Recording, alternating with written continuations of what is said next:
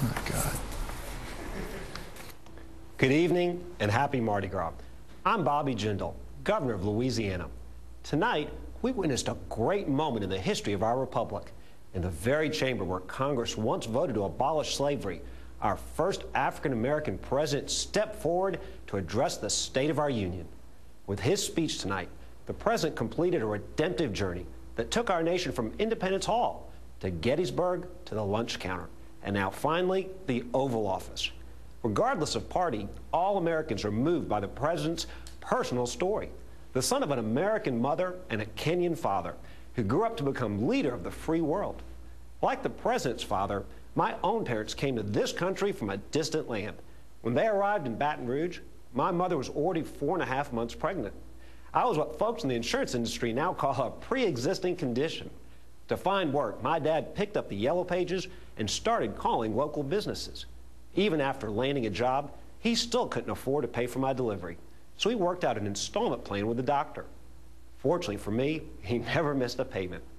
As I grew up, my mom and dad taught me the values that attracted them to this country, and they instilled in me an immigrant's wonder at the greatness of America. As a child, I remember going to the grocery store with my dad. Growing up in India, he had seen extreme poverty. As we walked through the aisles, looking at the endless variety on the shelves, he would tell me, "Bobby, Americans can do anything." I still believe that to this day. Americans can do anything. When we pull together, there is no challenge we can't overcome.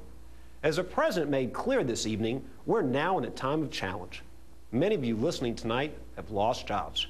Others have seen your college and your retirement savings dwindle. Many of you are worried about losing your health care and your homes. You're looking to your elected leaders in Washington for solutions. Republicans are ready to work with a new president to provide these solutions. Here in my state of Louisiana, we don't care what party you belong to if you have good ideas to make life better for our people. We need more of that attitude from both Democrats and Republicans in our nation's capital. All of us want our economy to recover and our nation to prosper. So where we agree, Republicans must be the president's strongest partners. And where we disagree, Republicans have a responsibility to be candid and offer better ideas for a path forward. Today in Washington, some are promising that government will rescue us from the economic storms raging all around us. Those of us who lived through Hurricane Katrina, we have our doubts. Let me tell you a story. During Katrina, I visited Sheriff Harry Lee, a Democrat and a good friend of mine. When I walked into his makeshift office, I had never seen him so angry. He was literally yelling into the phone, "Well, I'm the sheriff, and if you don't like it, you can come and arrest me." I asked him, "Sheriff, what's got you so mad?"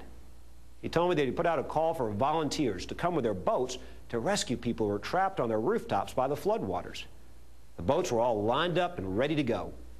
And then some bureaucrat showed up and told them they couldn't go out in the water unless they had proof of insurance and registration. And I told him, "Sheriff, that's ridiculous." Before I knew it, he was yelling on the phone, "Congressman Jindal is here, and he says you can come and arrest him too." There he just told those boaters, ignore the bureaucrats and go start rescuing people. There's a lesson in this experience. The strength of America is not found in our government. It is found in the compassionate hearts and the enterprising spirit of our citizens. We're grateful for the support we've received from across the nation for our ongoing recovery efforts. This spirit got Louisiana through the hurricanes, and this spirit will get our nation through the storms we face today.